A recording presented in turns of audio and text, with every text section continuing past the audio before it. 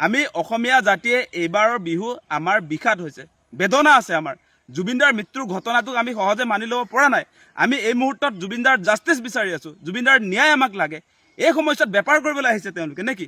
মৰ্মিতা মিত্ৰ নামৰ এই তথাকথিত যিগৰাকী গায়ক গায়িকা, সেই ছোৱালীজনীয়ে আচলতে জুবিনদাক টকা ঘটাৰ আহিলা হিচাপে ব্যৱহাৰ কৰা যেন আমাৰ লাগে। মানে তেওঁ বিহুৰ প্ৰগ্ৰেম পাবৰ কাৰণে জুবিনদাৰ লগত তেওঁ এখন পোষ্টাৰ উলিয়াইছে, য'ত জুবিনদা আছে, লগতে তেওঁৰ ফটোখন আছে।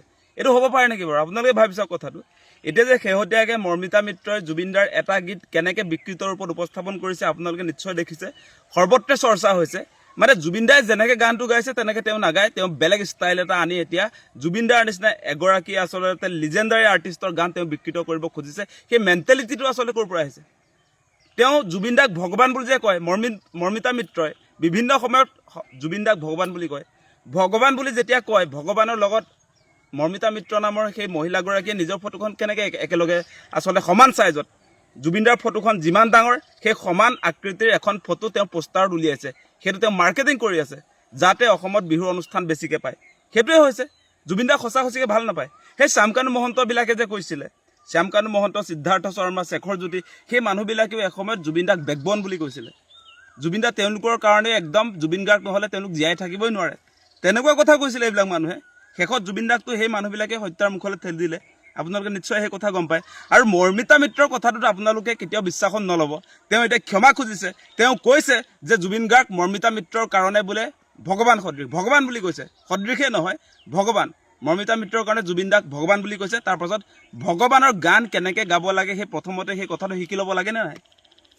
এতিয়া জুবিনদাৰ নিচিনা এগৰাকী আৰ্টিষ্টক বাৰম্বাৰ ব্যৱহাৰ কৰি থাকিব, সেইটো কোনে সহ্য কৰিব? মৰ্মিতা মিত্ৰৰ প্ৰসংগটোলৈ আহিছোঁ আমি, যে তেওঁৰ ক্ষেত্ৰত আমি দেখিছোঁ তেওঁ এক্টিংটো কৰে। সেইটো জুবিনদাক ভাল পাওঁ বুলি এক্টিং কৰে। সঁচাকৈ মই ভাবোঁ যে মৰ্মিতা মিত্ৰৰ ক্ষেত্ৰত জুবিনদাৰ কথা কৈ তেওঁ টকা ঘটিব পাৰে, কিন্তু সঁচি ভাল পোৱা, সঁচি শ্ৰদ্ধা সন্মান জুবিনদাৰ প্ৰতি এই মৰ্মিতা মিত্ৰ নামৰ এই গায়িকাগৰাকীৰ যে নাই, সেই কথাটো স্পষ্ট হৈছে। মই প্ৰথমতে এই পোষ্টাৰটোৰ কথাই কৈছোঁ। পোষ্টাৰ যিটো তেওঁ উলিয়াইছে, ছপা কৰি উলিয়াইছে, ডিজিটেল মাধ্যমত প্ৰচাৰ কৰিছে, মানে জুবিনদাৰ ফটোৰ লগত এই মৰ্মিতা মিত্ৰৰ ফটো একেলগে তেওঁ আচলতে প্ৰিণ্ট কৰি উলিয়াইছে আৰু সেইটো মাৰ্কেটিং কৰিছে সমান চাইজত। গতিকে সেই কথা বতৰাবিলাকৰ পৰা প্ৰমাণ হয় যে সঁচাকৈ এতিয়াও জুবিনদাৰ মৃত্যুৰ পাছত একাংশ শিল্পীয়ে জুবিনদাক টকা ঘটাৰ আহিলা হিচাপে ব্যৱহাৰ কৰিছে। এইটো খাটাং কথা, সেইটো স্পষ্ট কথা। গতিকে এনেকুৱা ধৰণে কোনো কাৰণতে অসমৰ হিয়াৰ আমঠু, আমাৰ অসমীয়া জাতিৰ প্ৰাণ, অসমীয়া জাতিৰ সম্পদ জুবিনদাক যাতে ব্যৱহাৰ নকৰে কোনো শিল্পীয়ে। এই মৰ্মিতা মিত্ৰক স্পষ্টকৈ কৈছোঁ, কোনো কাৰণতে যাতে জুবিনদাৰ নিচিনা এগৰাকী আৰ্টিষ্টক ব্যৱহাৰ কৰি টকা ঘটিম বুলি যদি ভাবিছে, তেনেহ'লে ইয়াৰ পৰা কিন্তু বিদায় ল'ব লাগিব। অসমত কোনো কাৰণতে এইবিলাক নাটক ইয়াত নচলিব, সেই কথাটো আমি স্পষ্ট কৰি দিছোঁ। এইবাৰ এনেও অসমৰ ৰাইজৰ বিহু বিষাদ হৈছে। বিহু এইবাৰ উদযাপন কৰিব পৰা নাই। আমি চিৰিয়াছলি কৈ আছোঁ, আমি অসমীয়া জাতিয়ে এইবাৰৰ বিহু আমাৰ বিষাদ হৈছে, বেদনা আছে আমাৰ। জুবিনদাৰ মৃত্যুৰ ঘটনাটোক আমি সহজে মানি ল'ব পৰা নাই।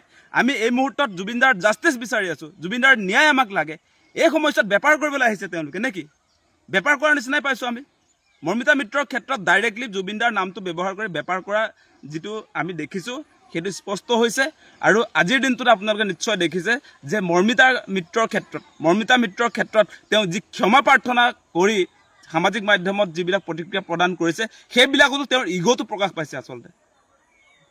পামী বৰঠাকুৰ, জুবিনদাৰ ভণ্টি পামী, আমাৰ বাইদেউ পামী বৰঠাকুৰ বাইদেউক এড্ৰেছ কৰি যিটো ক্ষমা ভিক্ষা মাগি তেওঁ লিখিছে, হেপী বাৰ্থডে উইচ কৰিছে। হেপী বাৰ্থডে উইচ কৰিব নালাগে। যিটোৰ কাৰণে তুমি অপৰাধী তাৰ আচলতে ক্লেৰিফাইটো বা ক্ষমা প্ৰাৰ্থনা কেনেকৈ লিখিব লাগে সেই কথাটো আচলতে প্ৰথমতে জানি ল'ব লাগিছিলে। ইমান অহংকাৰ কেনেকৈ আহিব পাৰে? ইমান অহংকাৰী। এনেকৈ কোনো কাৰণতে আচলতে এই মহিলাগৰাকী, আমাৰ অসমৰ আচলতে মাটি, বায়ু, পানীৰ লগত যে তেওঁৰ সম্পৰ্কটো নাই, লেনদেনটো নাই, সেইকাৰণে এনেকুৱা ধৰণৰ প্ৰতিক্ৰিয়া তেওঁৰ মুখত আহিছে। জুবিনদাৰ গীত তেওঁ আচলতে যিধৰণে উপস্থাপন কৰিছে বিকৃত ৰূপত আপোনালোকে নিশ্চয় দেখিছে। বিজতৰীয়া এগৰাকী শিল্পী নহয় আচলতে, এইবিলাক গায়িকা। এইবিলাকক কোনো কাৰণতে অসমৰ ৰাইজে প্ৰশ্ৰয় দিব নালাগে, সেই কথাটো আমি আপোনালোকক অনুৰোধ জনাইছোঁ। মৰ্মিতা মিত্ৰ ভাল গায় বুলি আপোনালোকে কয়, তেওঁতকৈ ভাল গোৱা বহুত আৰ্টিষ্ট অসমত আছে, সেইবিলাকক চান্স দিয়ক।